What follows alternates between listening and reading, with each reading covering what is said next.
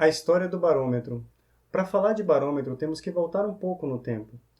Esse aí é o Aristóteles, filósofo grego que viveu no século 3 a.C. Aristóteles dizia que a natureza tem aversão a espaços vazios. Ele dizia que o vácuo absoluto, a ausência de matéria, não poderia existir porque a matéria ao redor imediatamente preencheria esse espaço. Felizmente, ele estava errado. O vácuo é componente importante do barômetro, instrumento que mede a pressão do ar. A pressão do ar está relacionada com a temperatura e mudanças rápidas na pressão podem contribuir para formar furacões, tornados e outros eventos climáticos extremos. O barômetro é uma das ferramentas mais essenciais para meteorologistas e cientistas. Mas como o barômetro funciona e como ele foi inventado? Bem, levou um tempo.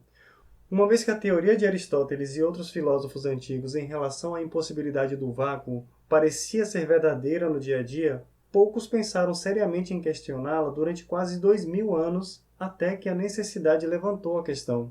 No início do século XVII, mineiros italianos enfrentaram um problema sério quando descobriram que as bombas não podiam levantar água a mais do que 10,3 metros. Alguns cientistas da época, inclusive um certo Galileu Galilei, propuseram que a aspiração do ar para fora do encanamento era o que fazia a água subir, a fim de ocupar o espaço vazio, mas que sua força era limitada e não poderia levantar mais do que 10,3 metros de água. Entretanto, a ideia em si da existência do vácuo ainda era considerada polêmica e a excitação com a teoria inovadora de Galileu levou Gaspar Uberti a realizar um experimento simples, porém brilhante, para demonstrar que isso era possível. Um tubo comprido foi preenchido com água e colocado em uma cuba rasa, fechado nas duas extremidades. A extremidade inferior foi então aberta e a água fluiu para a cuba até que o seu nível no interior do tubo fosse 10,3 metros, deixando um vazio na parte superior sem que tivesse entrado ar no tubo. Berti tinha conseguido criar diretamente um vácuo estável.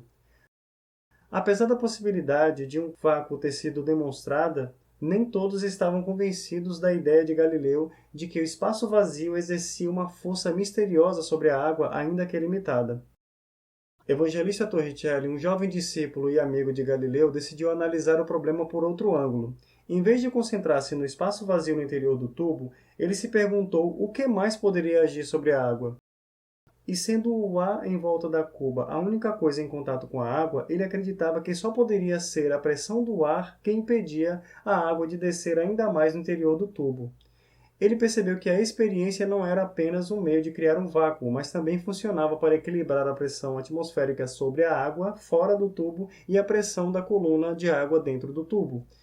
O nível de água dentro do tubo diminui até que as duas pressões se igualem, fato que acontece quando o nível da água estiver na altura de 10,3 metros. Essa ideia não foi facilmente aceita, pois Galileu e outros pensavam que o ar não tinha peso e não exercia pressão. Torricelli decidiu repetir a experiência de Berti usando o mercúrio no lugar de água. Por ser mais denso do que a água, o mercúrio desceu ainda mais e a coluna de mercúrio atingiu apenas uns 76 centímetros, os famosos 760 mmHg, ou 760 milímetros de mercúrio. Além de permitir a Torricelli construir um experimento mais compacto, isso apoiava sua ideia de que o peso é o fator decisivo.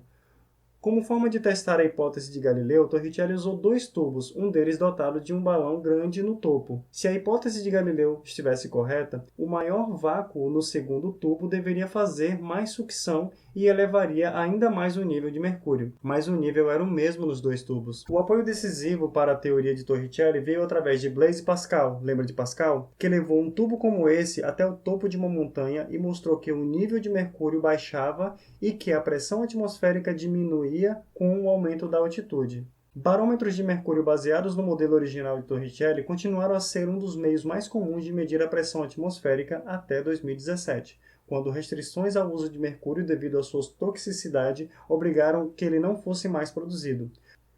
Como você pode ver, a invenção de Torricelli, nascida do desejo de questionar dogmas aceitos havia muito tempo a respeito do vácuo e do peso do ar, é um exemplo notável de como pensar fora do convencional ou fora do tubo pode ter um impacto de peso.